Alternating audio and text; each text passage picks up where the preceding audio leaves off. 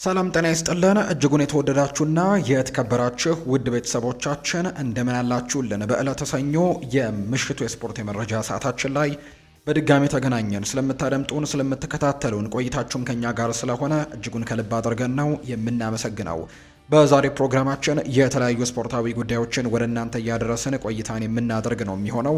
ከነዚህ መካከል ትልልቆቹን የአውሮፓ ክለቦች የተመለከቱ እጅግ በርከት ያሉ ስፖርታዊ ጉዳዮችን እየቃኘን ቆይታን የምናደርግ ይሆናል። ውድ ቤተሰቦቻችን የተለያዩ ጨዋታዎች ዛሬ ይደረጋሉ። ከነዚህ መካከል ግን በተወዳጁ የእንግሊዝ ፕሪምየር ሊግ የሚደረገው ማንቸስተር ዩናይትድን በሜዳው ኦልድ ትራፎርድ ከብሬንትፈርድ ጋር የሚያገናኘውን ጨዋታ በተመለከተ ግን ሰፋ ያሉ ቆይታዎችን እናደርጋለን። ይህ ጨዋታ ልክ ምሽት 4 ሰዓት ሲል ይደረጋል። የዚህ ጨዋታን አንዳንድ ጉዳዮችን ሰፋ አድርገን ወደ እናንተ እናደርሳለን። ከዛ ውጭ ግን ክለቦችን የተመለከቱ እጅግ በጣም ስፖርታዊ ጉዳዮችን የምናነሳ ነው የሚሆነው። ከማንቸስተር ዩናይትድ ጋር የምናነሳቸው ጉዳዮች ይኖራሉ። እንዲሁ አርሰናል ቤት የምናነሳቸው ሰፋ ያሉ ስፖርታዊ ክንውኖች ያሉ፣ ሊቨርፑል፣ ማንቸስተር ሲቲ፣ ቼልሲ፣ ሪያል ማድሪድ፣ ባርሰሎናን ጨምሮ ሌሎችም የአውሮፓ ታላላቅ ክለቦች በዛሬው ፕሮግራማችን ላይ በስፋት የሚዳሰሱ ናቸው።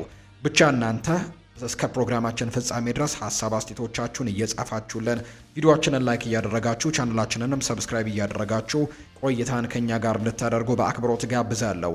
ከመሸጋገሪያ በኋላ በድጋሚ ተመልሰን የዛሬውን ፕሮግራም ይዘን የምንመጣ ይሆናል። አብራችሁኝ ቆዩ።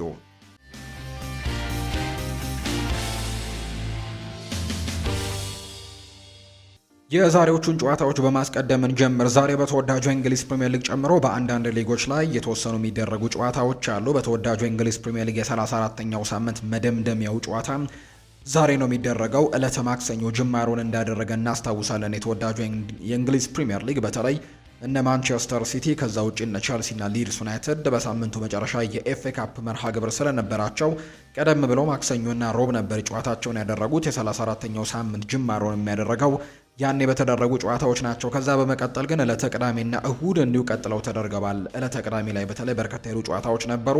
ዛሬ ደግሞ የ34ኛው ሳምንት መደምደሚያ ጨዋታ ዛሬ ይደረጋል። ማንቸስተር ዩናይትድ ዛሬ ነው በሜዳው ኦልድ ትራፎርድ ከብሬንትፈርድ ጋር የሚያደርጉት ጨዋታ እንዲጠበቅ ያደረገው። ምክንያቱም እነዚህ ሁለት ቡድኖች ትልቅ ፉክክርን ያደርጋሉ ተብሎ ይታሰባል።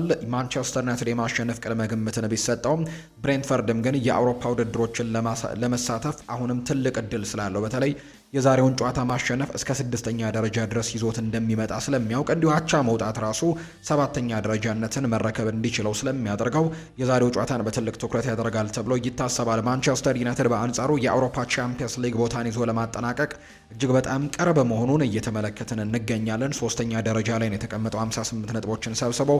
የዛሬውን ጨዋታ ማሸነፍ ደግሞ ያንን ነገር በደንብ እንዲያረጋግጡ ከዛ ውጪ 3ኛ ደረጃነቱንም በነጥብ ከፍ ብሎ እንዲመሩ ያደርጋቸዋል ተብሎ ይታሰባል። በዚህ ምክንያቱም የዛሬው ጨዋታ በትልቅ ጉጉት ይጠበቃል። ይህ ጨዋታ በመጀመሪያው ዙር በጂቴክ ኮሚኒቲ ስቴዲየም በተደረገው መርሃ ግብር ብሬንትፈርድ 3-1 በሆነ ውጤት ማሸነፉን እናስታውሳለን። ያኔም ግቦቹን ያስቆጠሩት ኢጎር ቲያጎ 2 ጎሎችን ማስቆጠሩን እናስታውሳለን። እንዲሁ ተቀይሮ ገብቶ የነበረው ያንሰንም ለብሬንትፈርድ ጎል አስቆጥሮ ነበር። ከዛ ውጪ ቤንጃሚን ሼስኮ ነበር የማንቸስተር ዩናይትድን ጎል ያስቆጠረው። ዛሬ በድጋሚ በ34ኛው ሳምንት ጨዋታቸውን ያደርጋሉ። በኦልድ ትራፎርድ ምሽት 4 ሰዓት ላይ በታላቅ ኦልድ ትራፎርድ ስቴዲየም ይደረጋል። ይሄ ጨዋታ በማይክል ካሪክ ስር ጥሩ ውጤትን እያስመዘገበ የሚገኘው ማንቸስተር ዩናይትድ የቻምፒየንስ ሊግ ተሳትፎን ለማረጋገጥ ተጨማሪ ድሎችን ማስመዝገብ ይጠበቅበታል። የዛሬውን ጨዋታ ማሸነፍ ደግሞ ለማንቸስተር ዩናይትድ የቻምፒየንስ ሊግ ተሳትፎ በጣም ትልቅ እንግዲህ እድሎችን ይዞ ይመጣል ተብሎ ይታሰባል። ጉዞአቸውን ሁሉ አልጋ ባልጋ ያደርግላቸዋል ተብሎ ነው የሚጠበቀው የዛሬውን ጨዋታ ለማንቸስተር ዩናይትድ ማሸነፍ። ማንቸስተር ዩናይትድ የቀጣይ የውድድር ዓመት የቻምፒየንስ ሊግ ተሳትፎን እያለመ በሜዳውና በደጋፊው ፊት ብሬንትፈርድን የሚገጥምበት ጨዋታ እንደመሆኑ በሜዳው በቲያትር ኦፍ ድሪምስ ጨዋታው እንደመደረጉ በጣም በትልቁ የማሸነፍ ቅድመ ግምትንም እንዲያገኝ አድርጎታል። ብሬንትፈርድ ከየካቲት ወር ጀምሮ አንድም ድል አላስመዘገቡም። ነገር ግን ባለፉት 5 ተከታታይ ጨዋታዎች ግን ያልተሸነፈ ቡድን መሆኑንም ማስታወስ ይጠበቅብናል። ይሄ ቡድን ያለፉትን 5 የፕሪሚየር ሊግ ጨዋታዎች ባቻ ውጤት ነው ያጠናቀቀው። ምንም አይነት ሽንፈትም አልገጠመውም።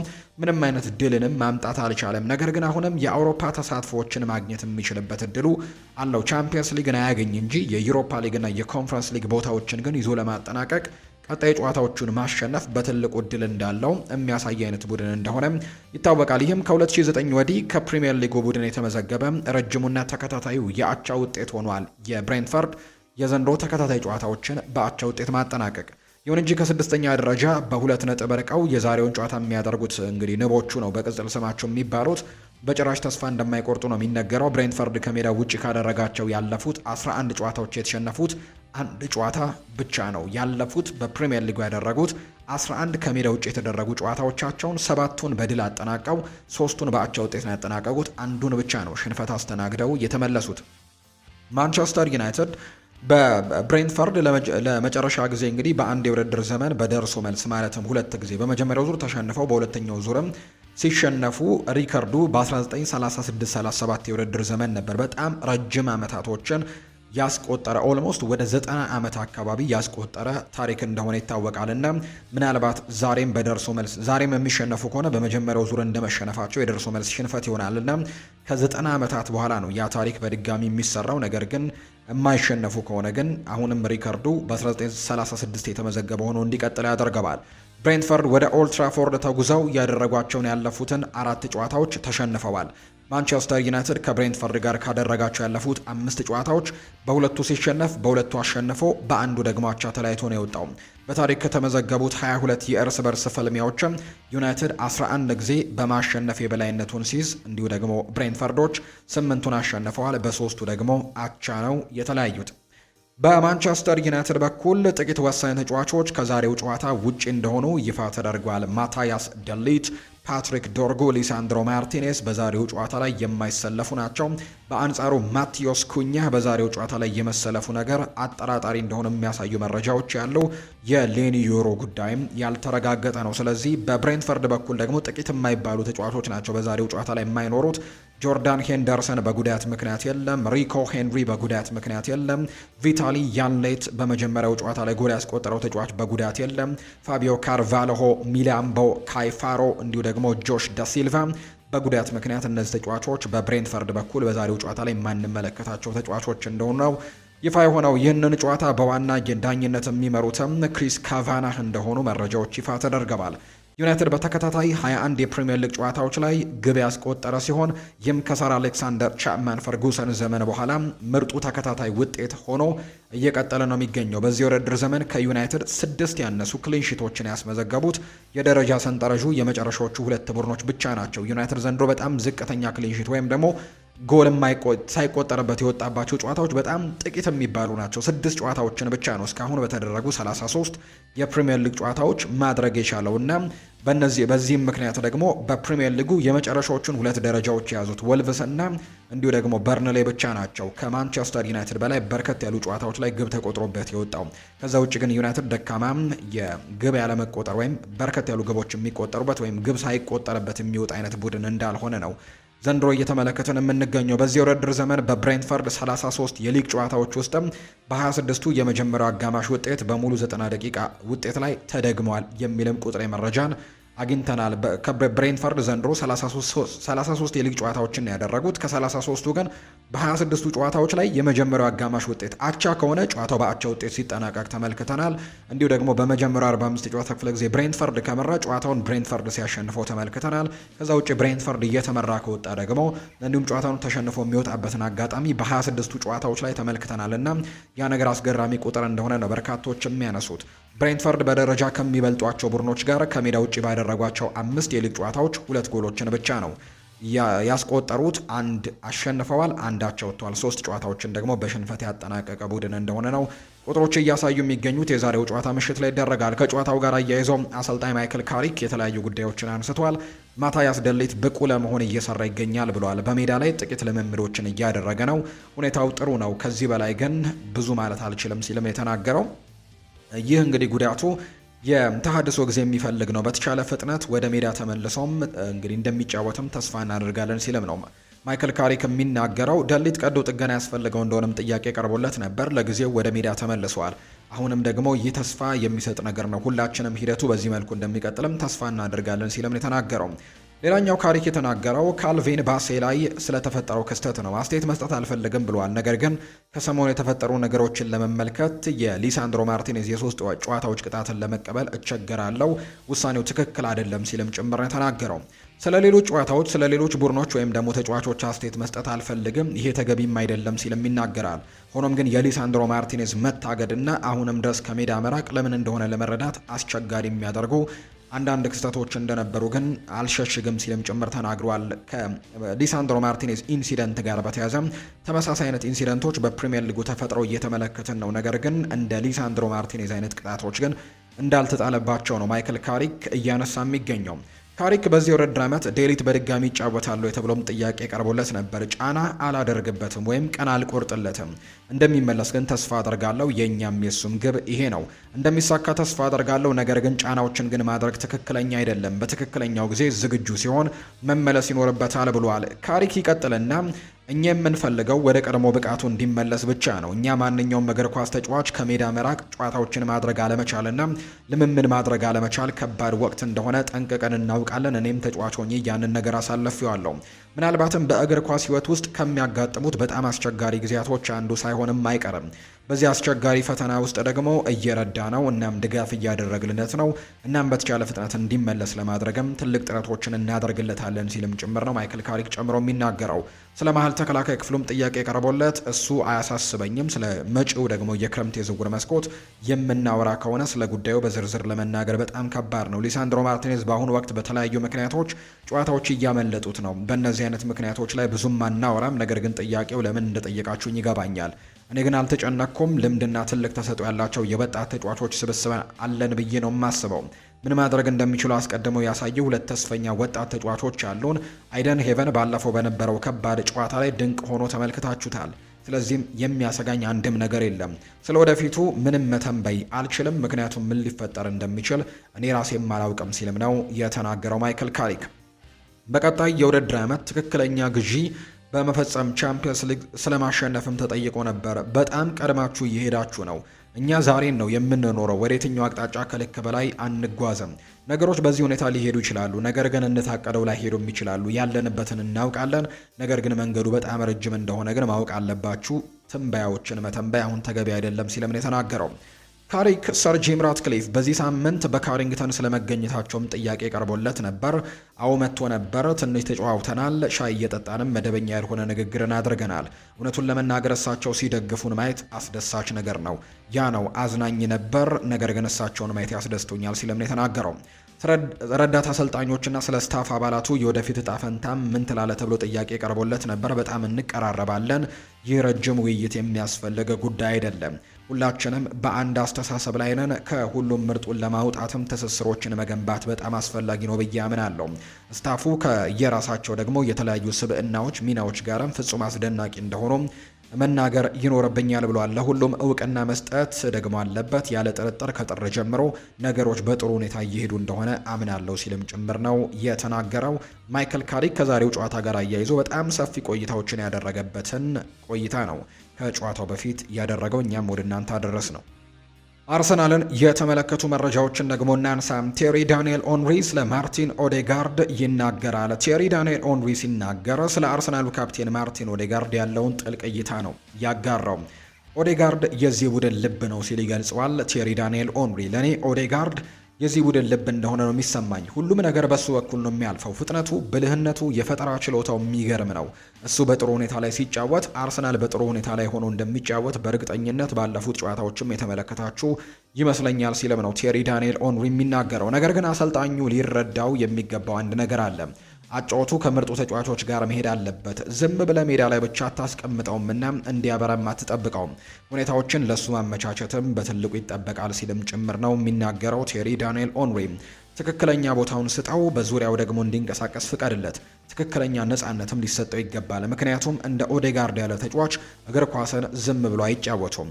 በሱ ዙሪያ ቡድኑን ከገነባኸው የቡድኑ ምርጥ አቅምንም ታገኝበታለህ ሲልም ጭምር ነው የተናገረው። ይህንን ሀሳብ ነው እየሰጠ የሚገኘው ቴሪ ዳንኤል ኦንሪ እና ባለፉት ጨዋታዎች ላይ ማርቲን ኦዴጋርድ መመለሱ ለአርሰናል ጥሩ ነገሮችን ማሳየት እንደሚቻል የሚያሳይ አይነት ተጫዋች ነው። በሚቀጥሉት ጨዋታዎች ላይ የዚህ ተጫዋችም በሜዳ ላይ መኖርና የቡካዮ ሳካ መመለስም ለአርሰናል በጣም ትልቅ አገልግሎት ይሰጣል ተብሎ እንደሚታሰብ ነው መረጃዎች የወጡት ሚካኤል አርቴታ የአርሰን ቬንገርን ሪከርድም ጭምር ተጋርቷል። አርሰናል በዚህ ሲዝን 39 ድሎችን ማስመዝገብ ችሏል። ይህም በ2001-2002 ሲዝን ከተመዘገበው የድል ብዛት ጋር እኩል ያደርገዋል። 2001-2002 የውድድር ዓመት ላይ 39 ድሎች በ60 ጨዋታዎች ነበሩ የተመዘገቡት። ዘንድሮ ግን በ2025-26 የውድድር ዓመት 39 ድሎች ተመዝግበዋል በ56 ጨዋታዎች። አሁንም ሪከርዱን ለመስበርና አዲስ ታሪክን ለመጻፍም የቀሩት ጨዋታዎች ወሳኝ ናቸው። አርቴታ የክለቡን የድል ሪከርድም በአዲስ መልክ ለማስመዝገብም እጅግ በጣም ቅርብ እንደሆነ ነው እየተመለከተን የምንገኘው። በተለይ ደግሞ የፊታችን ረቡዕ በሚደረገው ከአትሌቲኮ ማድሪድ ጋር በሚደረገው ጨዋታ ማሸነፍ የሚችሉ ከሆነ የድል ብዛታቸውን ወደ 40 ከፍ ማድረግ የሚችሉበትን እድል ያገኛሉ ተብሎ ይታሰባል። ከዚሁ ጨዋታ ጋር ካነሳ ነው አይቀር ግን የአትሌቲኮ ማድሪድ እና የአርሰናልን ጨዋታ በኤር ዋንዳ ሜትሮፖሊታኖ አሬና የሚደረገውን ጨዋታ በዳኝነት የሚመሩት ማን ናቸው የሚሉት በርካቶች የሚጠይቁት ጥያቄ ነው። የፊታችን ረቡዕ አትሌቲኮ ማድሪድ እና አርሰናል የሚያደርጉት የቻምፒየንስ ሊግ ጨዋታ እንዳለም ይታወቃል።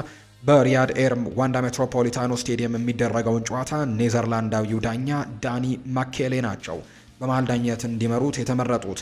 አትሌቲኮ ማድሪድ በዚህ ዳኛ እየተመራ ካደረጋቸው ጨዋታዎች መካከል 3 አሸንፎ 3 አቻ ወጥቶ 1 ተሸንፈዋል። በአጠቃላይ እኚህ ዳኛ የአትሌቲኮ ማድሪድን 7 ጨዋታዎች ከዚህ በፊት መርተው ያውቃሉ። አርሰናል በበኩሉ በዳኛው እየተመራ 4 ጨዋታዎችን ነው እስከዛሬ ድረስ ያደረገው። 3ቱን አሸንፎ በቀሪው ጨዋታ ደግሞ እንደተሸነፈ ነው መረጃዎች እያሳዩ የሚገኙት። ፖል ሜርሰን አንድ ሀሳቡን ሰጥቷል። አርሰናል ፉልሃምን ካሸነፈ የሊጉን ዋንጫም ማሸነፍ ይችላል ወይም ደግሞ የሊጉ ሻምፒዮን መሆን ይችላል ሲል ፖል ሜርሰን ይናገራል። እንደ ምክንያትነት የሚያነሳው ከሲቲ ቀድመው ስለሚጫወቱ ልዩነቱን በ6 ነጥቦች ማስፋት ይችላል። ሲቲ በ6 ነጥብ እየተመራ ለአውሮፓ መድረክ ከሚፋለመው ኤቨርተን ጋር ሊያውም ከሜዳ ውጪ በሂል ዲንክንሰን ስቴዲየም የሚደረገው ጨዋታ በብዙ ጫናዎች ውስጥ ሆኖ ጨዋታውን እንዲያደርግ ያስገድደዋል። ስለዚህም አርሰናል የፉልሃሙ ጨዋታን በድል ካጠናቀቀ የቤት ስራውን ይጨርሳል። አለቀም። የሊጉ ሻምፒዮንም አርሰናል እንደሚሆን ተስፋ አድርጋለሁ ሲል ነው ፖል ሜርሰን ሀሳቡን እየሰጠ የሚገኘው። ቸልሲን የተመለከተ መረጃን እናንሳም። ጆ ኮል ስለ ኤንዞ ፈርናንዴዝ ብቃት ይናገራል። እጅግ ድንቅ ነበር ብዬ ነው የማስበው። ሁሌም የቸልሲ ደጋፊዎችም ማየት የሚፈልጉትን አይነት ፐርፎርማንስን ነው በኤፍኤ ካፕ ጨዋታ ላይ ያስመለከተን። ኤንዞ በዛ ጨዋታ ላይ እጅግ አስደናቂ ተጫዋች እንደነበረም አስመልክቶናል ሲልም ጭምር ነው የተናገረው። በጨዋታው ላይም ጎል ማስቆጠሩን የጭንቅላት ኳስ ወይም በግንባር ገጭቶ ጎል ማስቆጠሩን እናስታውሳለን። እጅግ በጣም ድንቅ ብቃትን ያሳየው የቸልሲ ደጋፊዎች ሁሌም ማየት የሚፈልጉትም ይሄኛውን የኤንዞ ፈርናንዴዝን አቋም ነው ሲልም ጭምር ነው ጆኮል የተናገረው። ሌላኛው ጆኮል ያነሳው ጉዳይ ከቸልሲ አሰልጣኝነት ስራ ጋር በተያያዘ ነው። ፍራንክ ጄምስ ላምፓርድ ቸልሲ መሄድ የለበትም ሲል ነው ጆኮል የሚናገረው። የቀድሞ እንግሊዛዊ ተጫዋች ጆኮል አሰልጣኝ ፍራንክ ጄምስ ላምፓርድ ወደ ቸልሲ እንዳያመራ መክሮታል። ላምፓርድ ቸልሲን በጣም ይወዳል፣ ነገር ግን እኔ በሱ ቦታ በሆን ኖሮ ለየትኛውም ስራ ወደዛ አልመለስም ሲልም ነው አስተያየቱን የሰጠው። ከዛ ውጭ ግን አያይዞ በውጤት ልትመዘን ትችላለህ፣ በቸልሲ ቤት ግን ማድረግ የምትችለውን ነገር በሙሉ መቆጣጠር አትችልም፣ ይሄ እብደት ነው ሲልም ጭምር ይናገራል።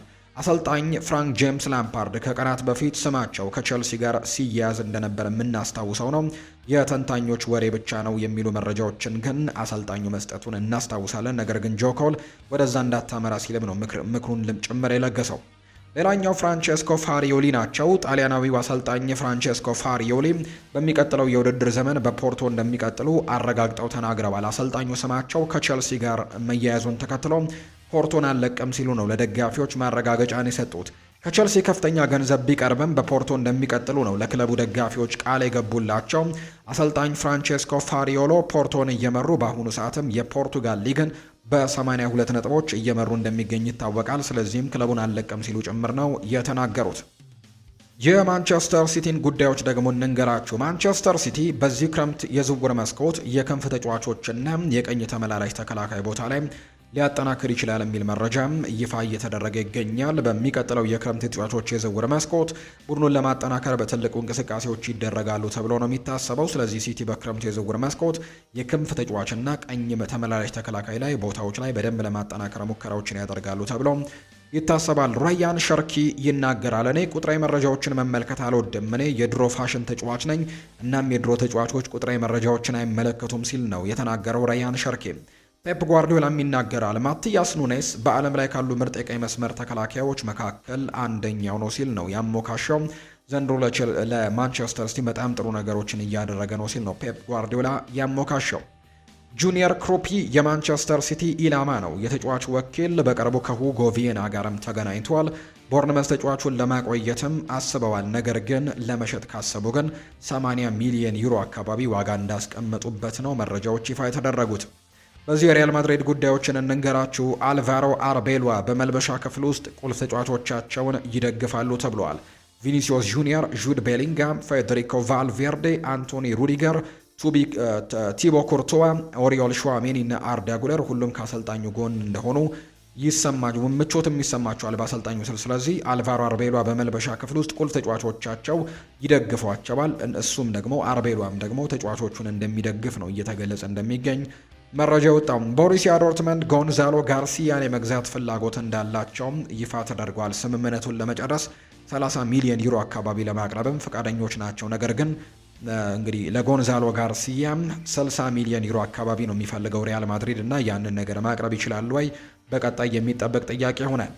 ከባርሴሎና ጋር በተያያዘ ራፊኒሃ በዛሬው ዕለት ወደ ቡድን ልምምድ ተመልሷል። እናም በሳምንቱ መጨረሻ ባርሴሎና ከኦሳሱና ጋር በሚያደርገው ጨዋታ ላይ የመሰለፍ የሚያስችለውን የመጫወቻ ፍቃድን እንደሚወስድም ጭምር በርካቶች እየጠበቁ ይገኛሉ።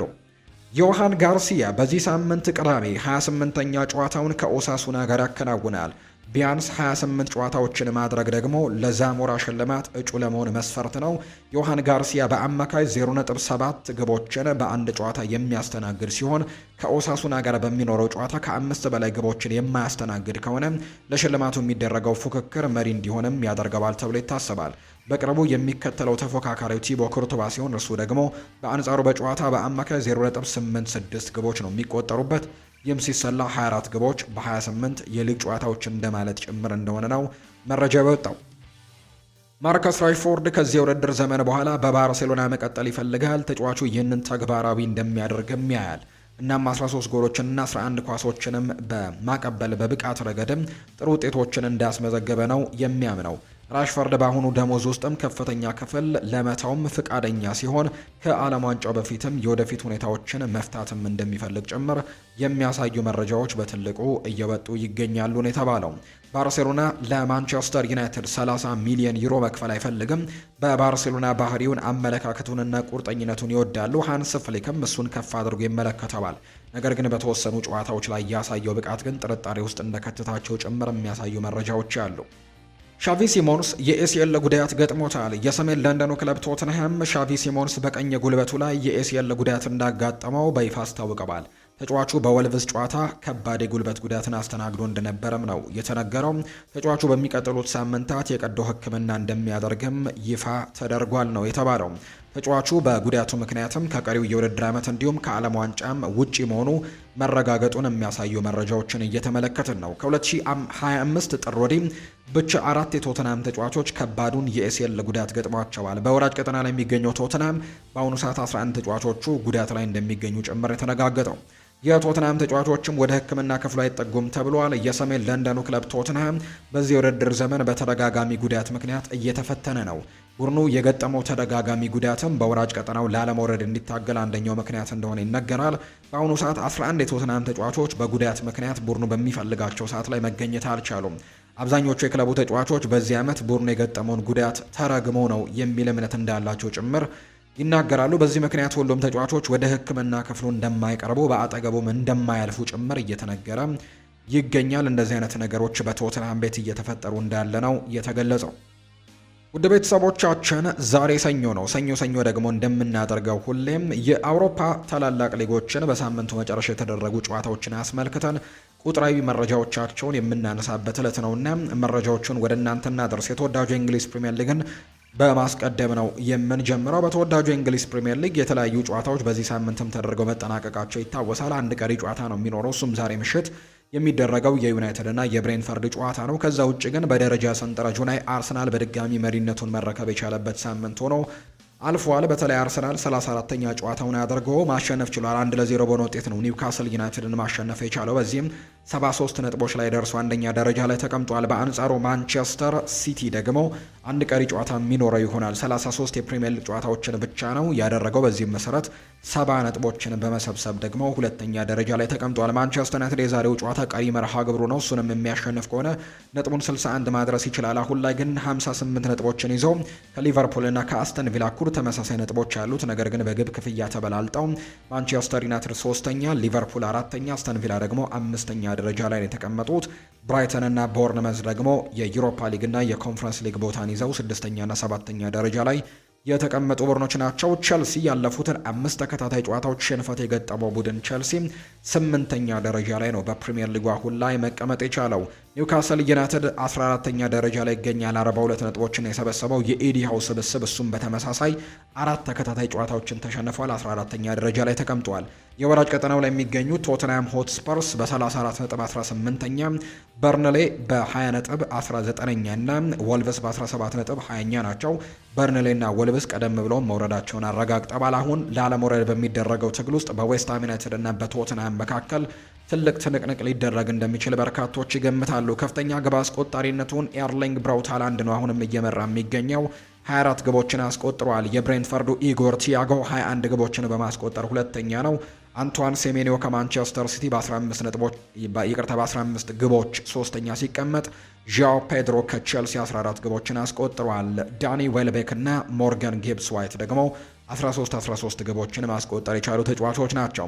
የአሲስቱን ደረጃ ብሩኖ ይመራዋል። 18 አሲስቶችን በማድረግ ሁለተኛ ደረጃ ላይ የተቀመጡት የማንቸስተር ሲቲው ራያን ሸርኪ እና የዌስትሃም ዩናይትዱ ዣሮድ ቦውን ናቸው። 10 አሲስቶችን ዘንድሮ ማድረግ ችለዋል። ኤርሊንግ ሃላንድ 7 አሲስቶች ያሉት፣ ኤንዞ ሊፊ ከሰንደርላንድ፣ ሃሪ ዊልሰን ከፉልሃም፣ ጃክ ግሪሊሽ ከኤቨርተን እና ሞሐመድ ሳላ ከሊቨርፑል ደግሞ 6 አሲስቶችን በዘንድሮ የውድድር ዓመት ያደረጉ ተጫዋቾች ናቸው። የስፓኒሽ ላሊጋ ቀሪ አንድ መርሃ ግብር ዛሬ ይደረጋል። የ33ኛው ሳምንት ጨዋታ ኤስፓኞል እና ሌቫንቴ ዛሬ ምሽት ልክ 4 ሰዓት ሲል ጨዋታቸውን ያደርጋሉ። በባርሴሎና መሪነት እየቀጠለ የሚገኘው የስፓኒሽ ላሊጋ ሊጠናቀቅ 5 ሳምንታት ብቻ ነው የሚቀሩት። አሁን ላይ ባርሴሎና ዋንጫውን ወደ ማረጋገጡ እጅግ በጣም እየቀረበ ይገኛል። ምክንያቱም የትናንትናውን ጨዋታ ማሸነፉና በዚህ ሳምንት ደግሞ ሪያል ማድሪድ ነጥብ መጣሉን ተከትሎ ባርሴሎና የነጥብ ልዩነቱን ወደ 11 ማስፋት ችሏል። ባርሴሎና ከ33 ጨዋታዎች መሰብሰብ የቻለው 85 ነጥቦችን ነው። በአንጻሩ ተከታዩ ሪያል ማድሪድ 74 ነጥቦችን በመሰብሰብ ሁለተኛ ደረጃ ላይ ተቀምጧል። በመካከላቸው የ11 ነጥብ ልዩነት እንዳለ ነው ይፋ እየተደረገ የሚገኘው። ቪያሪያል 3ኛ ደረጃ ላይ ተቀምጧል። 65 ነጥቦችን መሰብሰብ የቻለ ቡድን ነው። ዘንድሮ በላሊጋው ላይ ደካማ ጉዞን እያሳለፈ የሚገኘው የዲየጎ ሲሞኔው አትሌቲኮ ማድሪድ ምንም እንኳን በዚህ ሳምንት ተቸግሮም ቢሆን 3-2 አሸንፎ ወደ ድል ቢመለስም ከዛ በፊት ያደረጋቸውን ጨዋታዎች ግን በሽንፈት ማጠናቀቁ በደረጃ ሰንጠረዡ ላይ 4ኛ ደረጃ እንዲቀመጥ አድርጎታል። ከ3ኛው ደረጃው ቪያሪያልም የ5 ነጥቦች ልዩነት እንዳላቸው ጭምር የተመለከት ነው። ሪያል ቤቲስ በ50 ነጥቦች 5ኛ ደረጃ ላይ የተቀመጠ ቡድን ነው። የደረጃ ሰንጠረዡ ግርጌን እንመልከት። ሲቪያ አሁን ወራጅ ቀጠናው ላይ የገባ ቡድን እንደሆነ ተመልክተናል። 34 ነጥቦችን ነው መሰብሰብ የቻለው ሲቪያ 18ኛ ደረጃ ላይ ተቀምጧል። ሌቫንቴ በ32 ነጥቦች 19ኛ ደረጃ ላይ ሲቀመጥ፣ ሪያል ኦቪዬዶ ደግሞ በ28 ነጥቦች 20ኛ ደረጃ ላይ የተቀመጠ ቡድን ነው። እነዚህ 3 ቡድኖች ወራጅ ቀጠናው ላይ የሚገኙ ቡድኖች ናቸው። የከፍተኛ ግብ አስቆጣሪነቱን እየመራ የሚገኘው የሪያል ማድሪዱ ኬሊያን ኤምባፔ ነው። 24 ግቦችን ማስቆጠር ችሏል።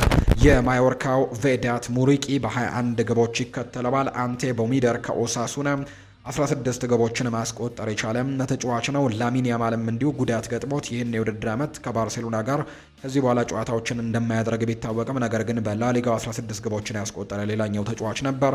ፌራን ቶሬስ ከባርሴሎና እና ሚኬል ኦርየዘባል ደግሞ ከሪያል ሶሴዳድ 14 ግቦችን ያስቆጠሩ ተጫዋቾች ናቸው። የአሲስቱን ደረጃ የሚመራው ላሚን ያማል ነው። 11 አሲስቶችን በማድረግ በቀዳሚነት ሲቀመጥ፣ አርዳ ጉሌር ከሪያል ማድሪድ እና ሉዊስ ሚላ ከሄታፌ 9 አሲስቶችን ማድረግ ችለዋል። ፌዴሪኮ ቫልቬርዴ ከሪያል ማድሪድ፣ ፈርሚን ሎፔዝ ከባርሴሎና እና ፔድሪ ከባርሴሎና 8 አሲስቶችን ያደረጉ ተጫዋቾች ናቸው። ጣሊያን ሴሪኤን እንመልከት። በጣሊያን ሴሪኤም ዘንድሮ ከሻምፒዮንነቱ ይልቅ በትልቁ ፉክክር እየተደረገ የሚገኘው በአውሮፓ ቻምፒየንስ ሊግ ቦታን ይዞ ለማጠናቀቅ በሚደረገው ትንቅንቅ ላይ ነው። ኢንተር ሚላን 79 ነጥቦችን ሰብስቦ ሊጉን እየመራ ነው የሚገኘው። ከተከታዩ ናፖሊ እንኳን ያላቸው የነጥብ ልዩነት 10 ነው። ስለዚህ ሊጉ ሊጠናቀቅ በጣም ጥቂት የሚባሉ ሳምንታት 4 ሳምንታት በቀሩበት በዚህ ሰዓት በተለይ ኢንተር ሚላን ቀጣዩን ጨዋታ ማሸነፍ የሚችል ከሆነ ሻምፒዮን መሆኑንም የሚያረጋግጥ ቡድን እንደመሆኑ በአውሮፓ ቻምፒየንስ ሊግ ቦታ ይዞ ለማጠናቀቅ ግን ትልቅ ትንቅንቆች ይደረጋሉ ተብሎ ይታሰባል። ኢንተር ሚላን በ79 ነጥቦች መሪነቱን አጠናክሮ ቀጥሏል። በዚህ ሳምንትም አንድ ነጥብም ቢሆን ቢያገኝ የአምናው ሻምፒዮን ናፖሊ ሁለተኛ ደረጃ ላይ ተቀምጧል በ69 ነጥቦች። ኤሲ ሚላን ትላንትና አቻ ተለያይቷል ከዩቬንቱስ ጋር በ67 ነጥቦች ሶስተኛ ነው።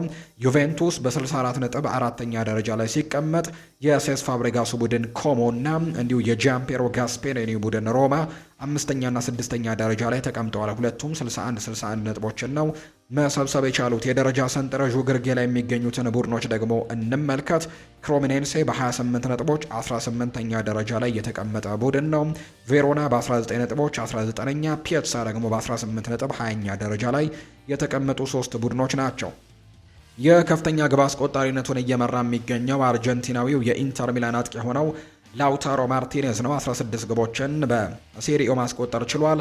ከዛ ውጪም የኮሞ ተጫዋች የሆነው ዱቪካስ እንደገና በኮሞ ሌላኛው ተጫዋች ኒኮ ፓዝ፣ ከዛ ውጪ የኢንተር ሚላኑ ማርከስ ቱራም 12 ግቦችን ማስቆጠር የቻሉ ተጫዋቾች ናቸው። በጥር ተጫዋቾች የዝውውር መስኮት ወደ ጣሊያን ሴሪ ያመራው ዶኒያን ማለን 11 ግቦችን በማስቆጠር ደግሞ አምስተኛ ደረጃ ላይ የተቀመጠ ተጫዋች ነው። የአሲስቱን ደረጃ ፌዴሪኮ ዲማርኮ ይመራዋል። 16 አሲስቶችን ማድረግ ችሏል። አርማንድ ላውሬንቴ ከሳሶሎ 7 አሲስቶች ያሉት፣ ኒኮሮ ባሬላ ከኢንተር ሚላን፣ ሄሱስ ሮድሪጌስ ከኮሞ እና ዌስተን ማኬኒ ከዩቬንቱስ 7 አሲስቶችን ያደረጉ ሌሎች ተጫዋቾች እንደሆኑ ነው የተመለከት ነው። የጀርመን ቡንደስሊጋ በባየር ሚኒክ ሻምፒዮንነት የተጠናቀቀው ውድድር መሆኑ ባለፈው ሳምንት ነው የተረጋገጠው። በዚህ ሳምንት ግን እልህ አስጨራሽ ጨዋታን አድርገዋል። ባየር ሚኒኮች ከ3-0 ተመሪነትም ወደ 4-3 አሸናፊነት የመጡበት መንገድ ደግሞ እጅግ በርካቶች ያደነቁት ጨዋታ እንደነበር እናስታውሳለን ከማይንዝ ጋር በተደረገ ጨዋታ። በዚህ መሰረትም ባየር ሚኒኮች ሻምፒዮን መሆናቸውን አረጋግጠዋል። ነገር ግን 82 ነጥቦችን መሰብሰብ ችለዋል። በአንደኝነትም ተቀምጠዋል። ዶርትሙንድም በ67 ነጥቦች ሁለተኛ ነው። አረቤ ለብዚሽ በ62 ነጥቦች ሶስተኛ ደረጃ ላይ ሲቀመጥ፣ ስቱትጋርት በ57 ነጥብ አራተኛ ደረጃ ላይ የተቀመጠው እንግዲህ ባየር ሌቨርኩዘን በ55 ነጥቦች ስድስተኛ ደረጃ ላይ ሲቀመጥ፣ ወራጅ ቀጠናው ላይ የሚገኙት ሁለቱ ቡድኖችን ስንመለከት ቮልስበርግ በ25 ነጥብ 17ኛ፣ ሄዲኒሃም ደግሞ በ22 ነጥቦች 18ኛ ደረጃ ላይ ነው የተቀመጡት። የከፍተኛ ግብ አስቆጣሪነቱን እንግሊዛዊው የባየር ሚኒክ አጥቂ የሆነው ሃሪኬን በ33 ግቦች ይመራዋል። ጀርመን ቡንደስሊጋን ከፍተኛ ግብ አስቆጣሪነት ብቻ ሳይሆን የአውሮፓ በአጠቃላይ የወርቅ ዋንጫውን ለማሸነፍም ከፍተኛ ግብ አስቆጣሪነቱን እየመራ ነው። ሃሪኬን 33 ግቦች ያሉት። የስቱትጋርቱ ዴኒስ ኡንዳቭ 18 ግቦችን አስቆጥሯል። ከአንደኛው ሃሪኬን እንኳን 15 ያነሱ ጎሎችን ነው ያስቆጠረው። የባየር ሚኒኩ ሉዊስ ዲያዝ 15 ግቦች ያሉት። የቦሩሲያ ዶርትመንዱ ሴርሁ ጉራሲ እንደ 15 ግቦችን ያስቆጠረ ነው። የባየር ሚኒኩ ሚኬል ኦሊሴ 13 ግቦችን ሲያስቆጠር፣ ሌላኛው የሌቨርኩዘኑ አጥቂ የሆነው ፓትሪክ ሺክም በተመሳሳይ 13 ግቦችን ያስቆጠሩ ተጫዋቾች ናቸው። የአሲስቱን ደረጃ የሚመራው ማይክል ኦሊሴን 19 አሲስቶችን አድርጓል። ጁሊያን ራይርሰን 12 አሲስቶችን በማድረግ ይከተለዋል። ሉዊስ ዲያዝም እንዲሁ ተመሳሳይ 12 አሲስቶችን ማድረግ ችሏል። ፋቢየስ ቻቢም ከአይንትራክ ፍራንክፈርት እንዲሁ አንድሪያስ ኢሊች ከኡኒየን በርሊን እና ኮንራድ ላይመር ከባየር ሚኒክ ደግሞ 9 አሲስቶችን ማድረግ የቻሉ ተጫዋቾች ናቸው በጀርመን ቡንደስሊጋ። የመጨረሻ የአውሮፓ ዳሰሳችንን የምናደርገው የፍሬንች ሊግ ላይ ይሆናል። በዚህ ሳምንትም ጨዋታዎች ቀጥለው ተደርገዋል። 31ኛ ሳምንት ጨዋታዎች ናቸው አብዛኞቹ ቡድኖች ያደረጉት። ፓሪስ ሰን ዠርሜን ግን ቀሪ መርሃ ግብር ከመኖሩ ጋር በተያያዘ 30ኛ ጨዋታውን ያደረገው በዚህ ሳምንት ያደረገውን ጨዋታ በድል አጠናቋል።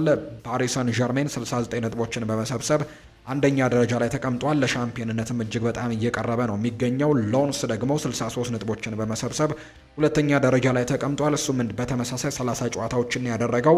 ሊዮን በ31 ጨዋታዎች የሰበሰበው 57 ነጥብ ነው። ሊልም እንዲሁ 57 ነጥቦችን ሰብስበው እስከ አራተኛ ደረጃ ድረስ ተቀምጠዋል። ኦሎምፒክ ደ ማርሴ በ53 ነጥቦች ስድስተኛ ደረጃ ላይ የተቀመጠ ቡድን እንደሆነ ነው የተመለከትነው። የደረጃ ሰንጠረዡ ግርጌ ላይ ናንተስ በ20 ነጥብ 17ኛ፣ ሜትስ ደግሞ በ16 ነጥብ 18ኛ ደረጃ ላይ ተቀምጠዋል። ከፍተኛ ግብ አስቆጣሪነቱን እየመራ የሚገኘው ኤስቴቢያን ሉፓል ነው።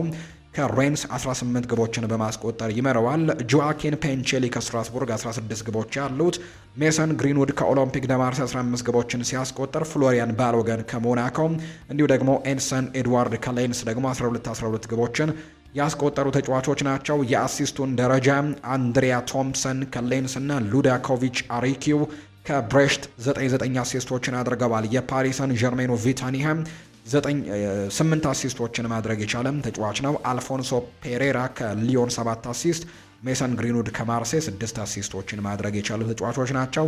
በአጠቃላይ በአውሮፓ ታላላቅ ሊጎችም በዚህ ሳምንት የነበሩ ቁጥራዊ መረጃዎችም እነዚህ ነው የሚመስሉት። ፉአድ ባህሩ የዛሬውን ፕሮግራም እየመራው ቆይታን ከእናንተ ጋር አደረግኩኝ። ወደ ቤተሰቦቻችን የዛሬው የአዲስ ስፖርት የምሽቱ ጥንቅራችን ይህንን ይመስል ነበር። ስለተከታተላችሁኝ ስላደመጣችሁኝ እጅግ ከልብ አድርጌ አመሰግናችኋለሁ። በቀጣይ ፕሮግራሞቻችን በተለይ ነገ ጠዋት በሚኖረው የስፖርት የመረጃ ሰዓታችን ሌሎች አዳዲስ ስፖርታዊ ጉዳዮችን፣ ሌሎች አዳዲስ መረጃዎችን አካተን በድጋሚ ተመልሰን የምንገናኝ ይሆናል። ለዛሬ ግን ለዕለተ ሰኞ የምሽቱ የስፖርት የመረጃ ሰዓታችን ያዝንላችሁ ፕሮግራም ይህንን ይመስል ነበር። ቆይታችሁን ከኔ ጋር ያደረጋችሁ በሙሉ ላቅ ያለ ምስጋናን ለእናንተ ማቅረብ እወዳለሁ። ፉአድ ባህሩ ፕሮግራሙን እየመራው ከእናንተ ጋር ቆይታን አድርጌያለሁ። በነገው ጠዋት ፕሮግራማችን ስንመለስ የዛሬውን የማንቸስተር ዩናይትድ እና የብሬንትፈርድን ጨዋታ ጨምረን ሌሎችም ወሳኝ የሚባሉ የፕሪምየር ሊግ መረጃዎችን፣ የትልልቆቹን ክለቦች የዝውውርና ስፖርታዊ ጉዳዮችን አካተን በድጋሚ እንገናኛለን። መልካም ጊዜ፣ መልካም ምሽት እንዲሆንላችሁ ከወዲሁ በአክብሮት ተመኘሁኝ።